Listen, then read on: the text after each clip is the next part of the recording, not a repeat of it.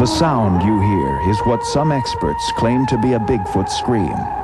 Recorded in the state of Washington by a group of campers in 1971, it is regarded as the highest quality audio of the creature ever captured.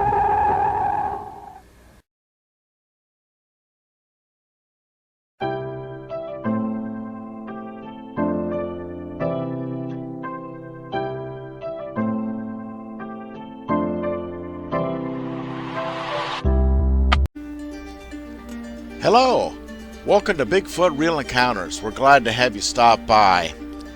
We'd also like to take this time to invite you to share your encounter.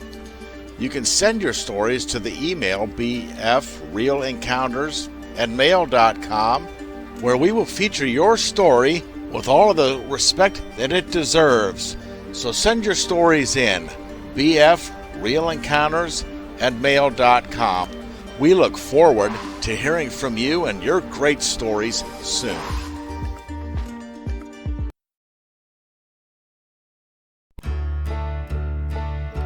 Hello everybody, welcome to Bigfoot Real Encounters. This is your host Chris. I want to thank all of our returning viewers as well as our brand new viewers for clicking on this video. You have found a safe place to tell what happened to you in the woods, or in your home, or driving down the road, or wherever you have seen one of these hairy giants. Some folks have awakened to see them looking in the window at them. Others have seen them crossing the road in front of them. Still yet, they have been seen observing people fishing, hiking, camping. They've had rocks thrown at them, sticks thrown at them. The list goes on and on. You've heard these stories. You've had some of these things happen to you. Many of you have been laughed at, not believed, told that you are imagining things, or it was not what you said it was. It was something other than what you know it was. Well, here on this channel, we will take you at your word. We know that you are telling the truth. You deserve to have your incident told. Why let the ignorance of the naysayers get you down, let you hold it in, cause the furtherance of your PTSD? Let's get that story out there. Let's further the discussion. Let's get the information out to people so that more of us can find the courage to do the same thing with our encounters. Ultimately, getting the knowledge much more commonplace so that our children are raised up to know of the existence of these creatures, so that people are well informed when they go about their business of hiking, camping, fishing, backpacking, picnicking, etc., etc. So when they come across these, they will not be as frightened, as startled. We warn them of alligators, we warn them of bears, and all other creatures that they may encounter while out and about. Why not these? And what is the difference? Why do we harass people who have had encounters? It doesn't make any sense. Well, it is a conditioned response by the media, because that's what they do to people when they talk about these things. And those of us who have watched this all of our life, we laugh right along with them. So let's put an end to this. All right, enough of that rant. We're going to continue state by state. I've not received any email encounters this week. So let's go to Montana, Missoula County, 2004, in the month of July. And this one reads, in mid-July 2004, I was on my back porch. It faces east, and it faces a mountain. I live in the woods.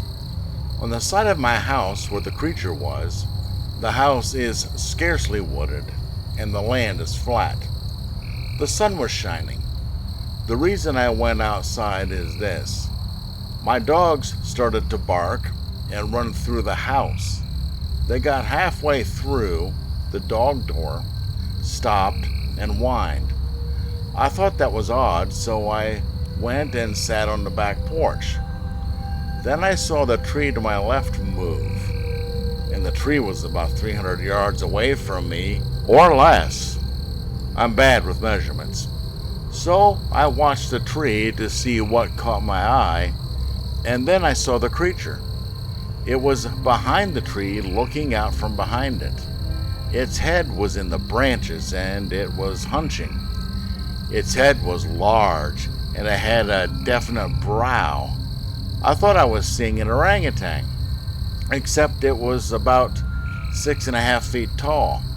It was moving its head around the tree to watch me. As I stood up to get a better look, its hair was rust color, like the color of dead pine needles. Its eyes were haunting, and it was completely silent. It was watching me while I was watching it. I sat back down, watched outside for about 6 minutes, and didn't tell the person on the phone. Then I went in the house and watched through the window to make sure it wasn't a trick or shadow.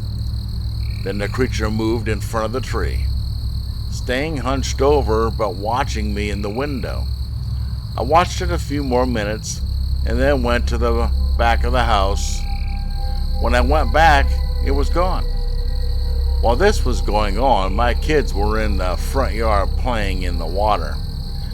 I think if the creature had been aggressive, it would have made some sort of move. But it seemed peaceful.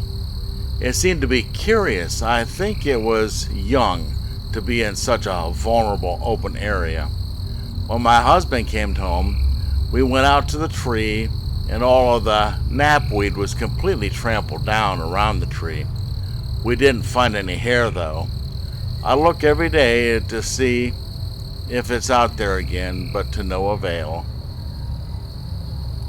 Once again, an encounter without somebody banging on a tree and howling into the dark night. Isn't that interesting, folks? All you have to do is go about your business, and these things will seek us out and watch us. Interesting. Let me encourage you to send in your encounter to bfrealencounters@mail.com. We can keep you anonymous if you like, or we can say your name if you like, or I can just call you Bob. It doesn't matter. The important thing is that you get your story told. Helps you get it off your chest, helps us by getting more and more details and more of the different types of actions that they do during any type of encounter, so that we are as prepared as possible. Also, like, share, subscribe to this channel. We'd certainly like to get it going. Also, leave a comment down in the comment section below. Do be aware that I have made a Facebook group. It's a private group, Bigfoot Anonymous. It is specifically for folks who have had encounters, wanting to seek out others who've had encounters, just to hang out with somebody who's had an encounter. Talk about the encounters. Maybe come up with solutions for ongoing encounters. So it's a new group. There's not a lot of activity on there right now, other than myself posting different stories or videos.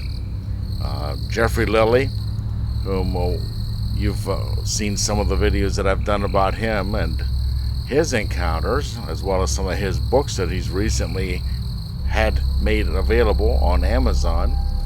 And that's about it on there so far. We want to encourage people who are members on there. There's about 80 of them. Start talking about your encounters, sharing back and forth, getting in touch with each other. That's why it's there. It's there to help you. Go ahead and use it. Use the private rooms that you can go into. Bigfoot Anonymous. It's there for you. Okay, let's check out around here, see if there's some more encounters in Montana. And of course, we have one from 1993 in June. This is Gallatin County, Montana. This reads, two friends and I were backpacking in the summer of '93. We were going to hike the Gallatin Divide that summer, one weekend at a time. We started south of Bozeman and planned to finish in Yellowstone later that summer. This was our third weekend, and it being a Sunday, we were hiking out to our car, which was parked at the Portal Creek access. It was getting late in the day, and it looked like some weather was rolling in. We were coming down the west side of a windy pass, so we decided to double time it so we weren't exposed in the weather. We didn't make it to the tree line before the storm hit us. The wind was howling, and a nasty mix of rain and hail came down on us. When we were well enough below the tree line, we decided to sit out the storm by this rock outcropping. Wind whipping through the hills, especially in a rocky area like this, has a very distinct sound, and it seemed like there was something else in that howl. Something that didn't quite sound like it was part of the wind. No one commented on it, but I could tell by how Dan and Kevin were looking around that they heard it too. After about 45 minutes, the wind died down a bit, and only a slight drizzle was falling. We started hiking back down. The clouds were clearing, and it looked like we were going to get a good view of the sun setting over the Spanish Peaks. We were coming through this clearing that had been cut maybe 10 years ago. The sun was almost out of sight when we heard some thrashing across the clearing. It could have been almost anything, but since we were in bear country, Kevin took out his .357. Not enough to stop a determined grizzly, but it was better than nothing. We proceeded slowly across the clearing. It was maybe 100 yards towards the older tree line, with a lot of scrub and young pines in between. I was looking up for a circling carrion when I heard this howl. It sounded like what I had heard earlier, but now the wind was not behind it. It sent a chill up my spine. Dan, who was behind me, yelled something to the effect of "Holy crap," and pointed off to our right. Something massive and dark and clearly running on two legs ran through the brush about 60 yards away and disappeared into the forest. I don't think any of us moved or spoke for about 5 minutes until we heard the howl again. This time pretty far off and in the opposite direction than we were headed. We got out of there in a hurry. We didn't tell too many people about this when we got back to town. We did return back to Portal Creek access the next weekend to start our hike again, and I've been back to that area several times since, hunting or just out of curiosity, and I've never heard or seen anything unusual. Well, at least he was running in the opposite direction that you were headed there, folks, and sounds like he yelled goodbye or good riddance. Very interesting story. And once again, they didn't tell too many people about it. They didn't want to be ridiculed, because that's a very popular thing to do to folks who've had encounters. Just ridicule them. After all, you know everything that is or isn't, right? That's what I thought.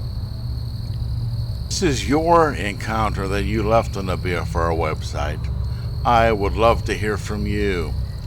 You can reach me at bfrealencounters@mail.com. Perhaps you have additional details that you'd like to put out for the public. Maybe you have had some additional encounters since then, or maybe even before then. But we would certainly like to hear from you.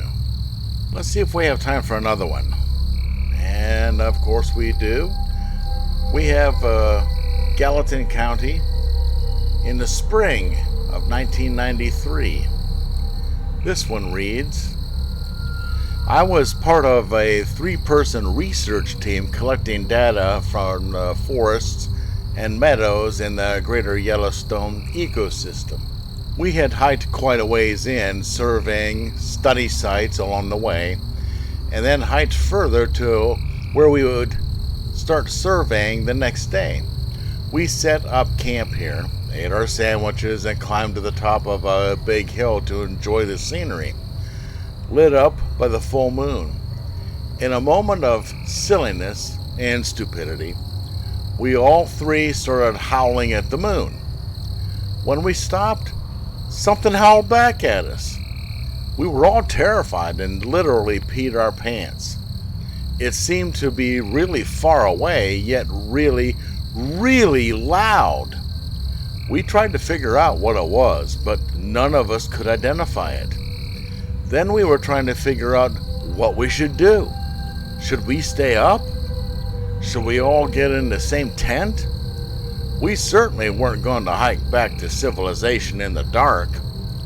We ended up each getting in our own tents and just staying awake all night, keeping vigilant.